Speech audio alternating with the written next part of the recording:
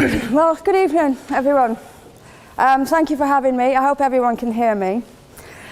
How to respond to a lot of this? First of all, on the bar, you said you admitted yourself that the bar had been set quite high. I would suggest, though, that the burden of proof is on the proposer rather than on us. It quite clearly says Islam is a religion of peace. I suggest you prove it. We've also been told here tonight when we opened that this debate must take place in the real world. Well, absolutely, yes, it must. It must take place in the real world. And I will describe what Islam is doing in the real world. We can sit and we can debate theocracy day in, day out. We will never agree. We can debate, is there a God, isn't there a God, is the Quran real, isn't it? None of it actually matters. What matters is what happens in the real world, as my opponent quite rightly said. My side of the argument is regularly told that we've heard it again tonight, we were described somewhat as hate. We were told that we are demonizing Islam, whipping up fear of Islam. Not the first time I've been accused of this, probably won't be the last. But let me just say, and let's take this into the real world as we've been advised to do, let me tell you what actually whips up fears of Islam.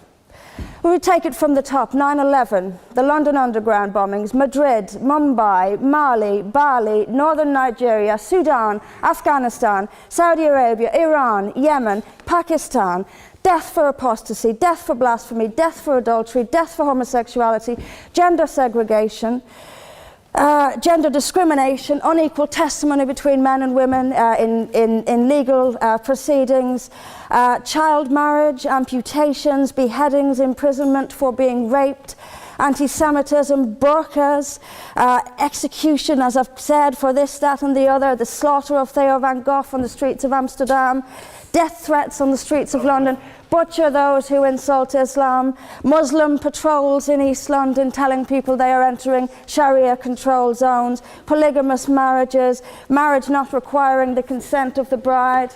This is what causes fear of Islam. It is not me, it is not my colleagues on this side. Point of information on that point. If Islam and Muslims are responsible for the Muslim patrols, I'm not finished. I'm not. I mean, let me speak on. But the point is that it is not I or my fellow debaters on this side who are causing fear of Islam. It is the actions of Muslims that are causing fear of Islam. That is the real world. That is where we actually live. Then we'll be told that this is just the extreme fringe of Islam. Well, let me have a look at Saudi Arabia. Saudi Arabia is the birthplace of Islam, the custodian of its holy sites. In Saudi Arabia, a woman is not allowed to drive. She is not allowed to leave the house without a mahram. She is not allowed to vote, although they've been incredibly generous by allowing some votes in the next elections. This is apparently the extreme fringe of people are executed for blasphemy, executed for apostasy. In Saudi Arabia, the birthplace of Islam, we'll be told that's the extreme fringe of Islam. No, it is not. Calling Saudi Arabia the extreme fringe of Islam is like calling the Vatican the extreme fringe of Catholicism. Sorry, it just doesn't work. Then we'll be told that we've misunderstood. Violent Muslims have misunderstood. Saudi Arabia has misunderstood. Iran, which stones people to death for adultery, has misunderstood. Yemen, which marries children at the age of 9, has misunderstood. Has there ever been a more spectacularly misunderstood religion than Islam? It seems that these nations who apply it as their laws, nations which have the Quran as their constitution, innumerable nations, where there is no free speech, where there is no freedom of religion, they've all got it wrong. They've all got it wrong. It's quite a spectacularly misunderstood religion.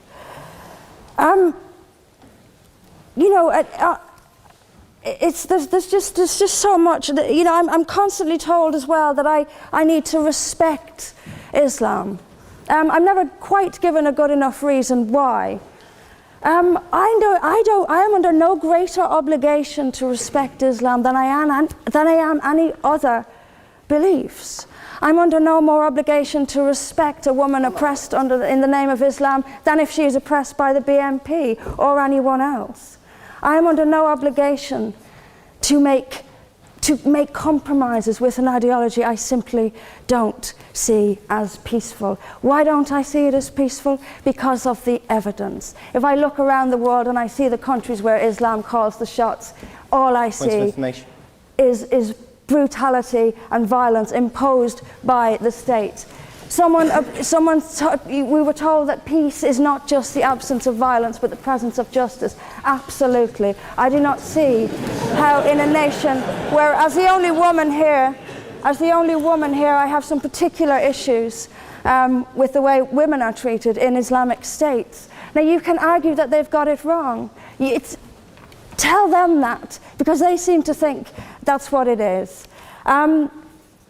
Yes, I mean, there's so much to say about it, but is there a peaceful Islam? Yes, there is. It's in the hearts of peaceful Muslims. Unfortunately, though, there's also a rather more objective Islam, and peaceful Muslims have to do some really rather creative interpretation, like the command to beat her. I've seen Muslim women. I didn't stand up for you. Well, I didn't. So if you could just have it, but I knew this would happen. I knew this would happen, by the way. I knew this would happen. What I'm saying is completely controversial and will be booed and shouted down, and I have no doubt my colleagues the same. I knew this would happen. You say anything negative, you'll get the boos. I'm actually going to leave it there. But I will finish just by saying this. There are hundreds of millions of peaceful Muslims. That is a fact. But that does not mean that Islam itself is peaceful. Peaceful Muslims interpret verses of the Quran so almost beyond recognition it's reinterpreted, like the command to beat her. It's there in the Quran, and I've seen Muslim women try to dance around it. They put words in there that simply aren't there. That's what it says. It says beat her. And in the countries where the Quran calls the shots, that is exactly what they do. This is not peace. This is not justice. Islam is not a religion of peace, as the evidence shows us. Thank you.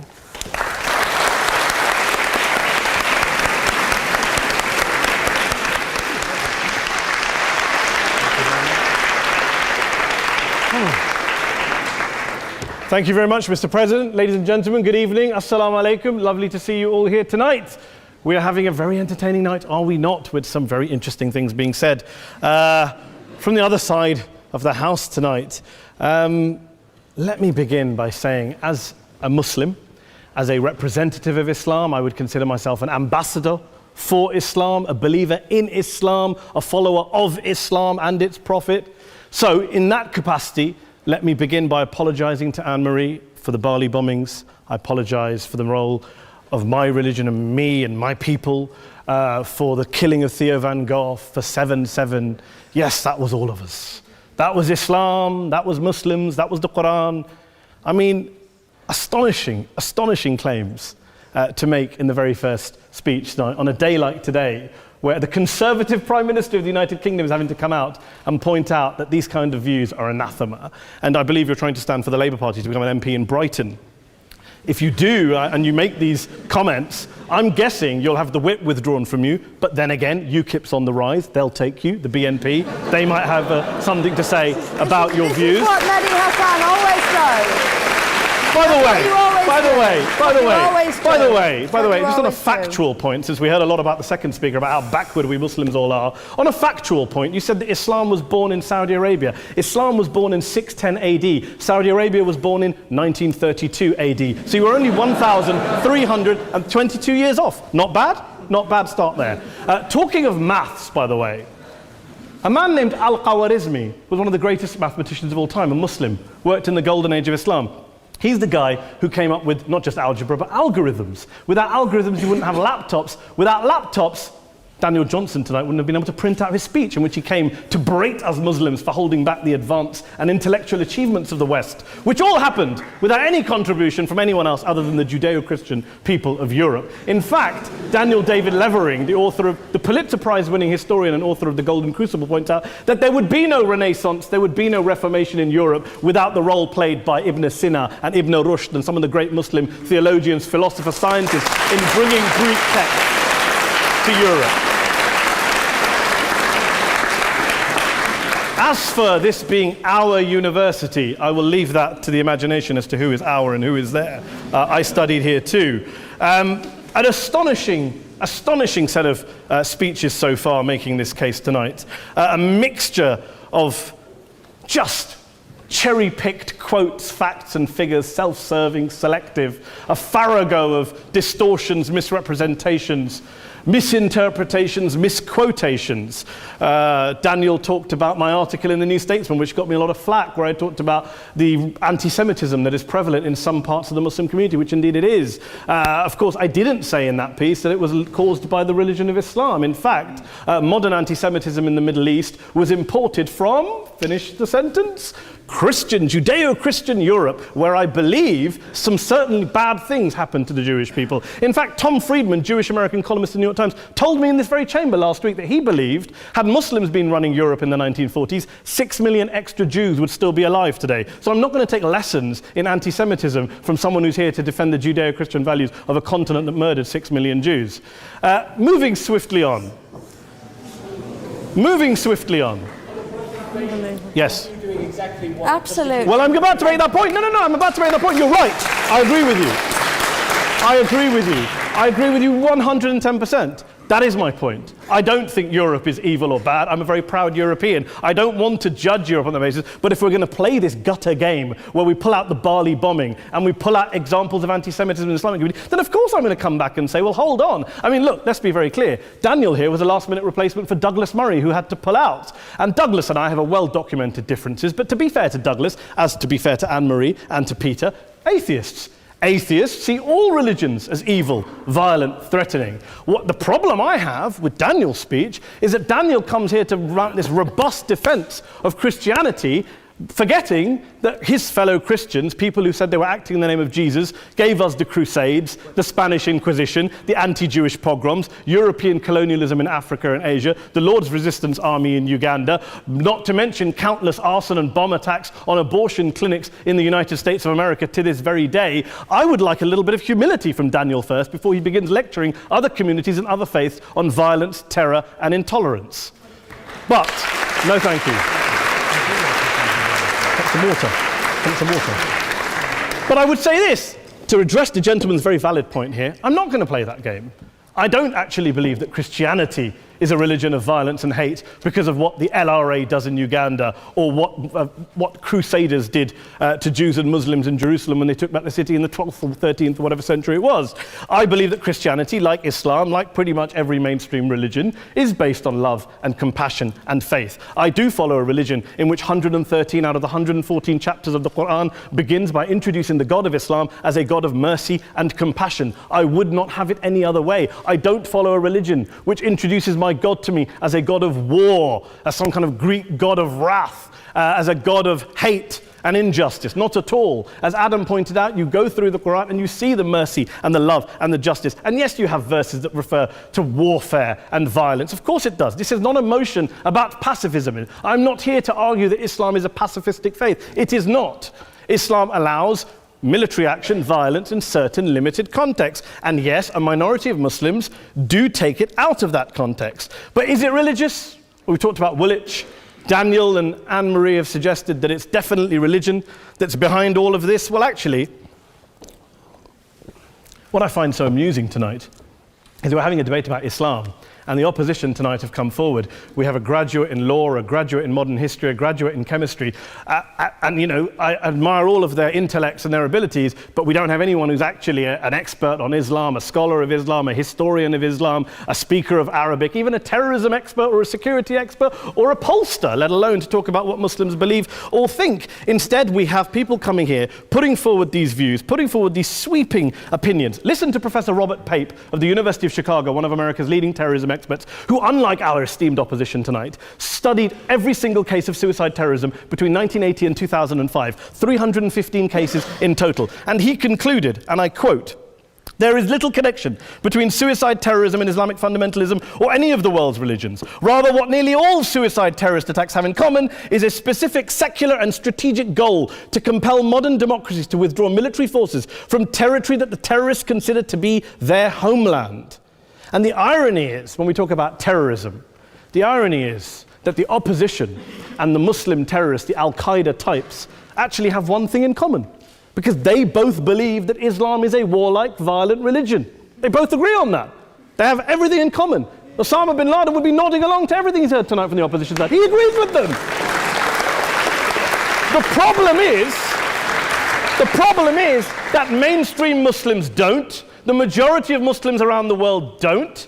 In fact, a gentleman here started quoting all sorts of polls. Gallup carried out the biggest poll of Muslims around the world, of 50,000 Muslims in 35 countries. 93% of Muslims rejected 9/11 and suicide attacks. And of the 7% who didn't, they all, when polled and focus grouped, cited political reasons for their support for violence, not religious reasons. And as for Islamic scholars and what they say, well, Daniel talks about our University of Oxford. We'll go down to Oxford Centre for Islamic Studies, get hold of a man named Sheikh Afifi al-Akiti, who is a massively well-credentialed and well-respected Islamic scholar who has studied across the world, who in the days after 7/7 published a fatwa denouncing terrorism in the name of Islam, calling for the protection of all non-combatants at all times, and describing suicide bombings as an innovation with no basis in Islamic law. Go and listen to Sheikh Tahir al-Qadri, one of Pakistan's most famous Islamic scholars, who published a 600-page fatwa condemning the killing of all innocents and all suicide bombings unconditionally without any ifs or buts. There's nothing new here. This is mainstream Islam, mainstream scholarship, which has said this for years. You don't go out and kill people willy-nilly in the high street or anywhere else, on a bus or a mall, based on verses of the Quran that you cherry-pick without any context, any understanding, any interpretation, or any commentary. Point of information. Please. Well, it doesn't happen apparently. I didn't say it doesn't happen at all. I never said it didn't happen. I don't blame Islam. Yes, it's a very good point. And a lot of us are campaigning against that. And we're campaigning against it in the name of Islam. We're campaigning against it in the name of various interpretations of Islam. Anne-Marie comes and scares us with her talk of Sharia law. I would like to see the book of Sharia law. It doesn't exist. People argue over what Sharia law is. And you empower the extremists by saying there is only one version. You empower them all. I don't believe you took any interruptions, Anne-Marie, so I think you should stay there for a moment. Several countries. Here's what we're dealing with. Here's what we're dealing with. I took your point. Here we are dealing with a 1,400-year-old global religion, followed by 1.6 billion people in every corner of the world, a quarter of humanity, of all backgrounds, cultures, ethnicities. And yet the opposition tonight wants to generalize, stereotype, smear in order to desperately win this debate. And here's my question, if we're going to generalize and smear. If, okay, people say yesterday's bombers, and we've got to be careful, there's a trial going on, were yesterday's attackers, motivated by Islam? Big debate. I don't believe they were. Let's say they were. Let's say Faisal Shahzad, the Times Square bomber, was motivated by Islam. Let's assume, for sake of argument, that Richard Reeves, the shoe bomber, was motivated by Islam. If Islam is responsible for these killings, if Islam is what is motivating these people, and Islam is therefore not a religion of peace, a religion of war, then ask yourself this question: why aren't the rest of us doing it? Why is it such a tiny minority of Muslims are interpreting their religion in the way that the opposition claim they are? Let's assume there are 16,000 suicide bombers in the world. There aren't. Let's assume there are for the sake of argument. That's 0.001% of the Muslim population globally. What about the other 99.99% of Muslims who the opposition tonight either ignore or smear? The reality is that the rest of us aren't blowing ourselves up tonight. The reality is that the opposition came here tonight not worried about the fact that me and Adam might pull open our jackets and blow ourselves up tonight because we're followers of a warlike warrior religion which wants to take over Europe and Daniel's university. The issue is this.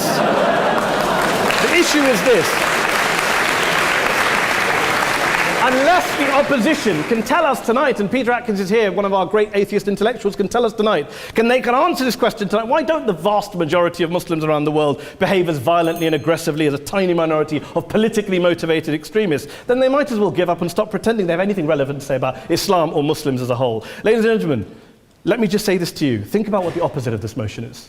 If you vote no tonight, think about what you're saying the opposite motion is. That Islam isn't a religion of peace, it's a religion of war, of violence, of terror, of aggression. That the people who follow Islam, me, my wife, my retired parents, my 6-year-old child, that 1.8 million of your fellow British residents and citizens, that 1.6 billion people across the world, your fellow human beings, are all followers, promoters, believers in a religion of violence. Do you really think that? Do you really believe that to be the case? They say that in the Oxford Union, the most famous debate was in 1933 when Adolf Hitler looked out for the result of the King and Country motion, where they voted against fighting for King and Country, and Hitler was listening out for the result. Well, tonight, 80 years on, there are two groups of people around the world who I would argue are waiting for the result of tonight's vote. There are the millions of peaceful, non-violent, law-abiding Muslims both in the UK, Europe, Asia, Africa and beyond, who see Islam as the source of their identity, as a source of spiritual fulfillment, of hope, of solace. And there are the phobes, the haters, the bigots out there who want to push the clash of civilizations, who want to divide all of us into them and us and ours and their. Ladies and gentlemen, I urge you all not to fuel the arguments of the phobes and bigots. Don't legitimize their divisions. Don't legitimize their hate. Trust those Muslims who you know, who you've met, who you hear, who don't believe in violence, who do want you to hear the peaceful message of the Quran as they believe it to be taught to the majority of Muslims, the Islam of peace and compassion and mercy, the Islam of the Quran, not of Al-Qaeda. Ladies and gentlemen, I beg to propose this motion to the House. I urge you to vote yes tonight. Thank you very much for your time.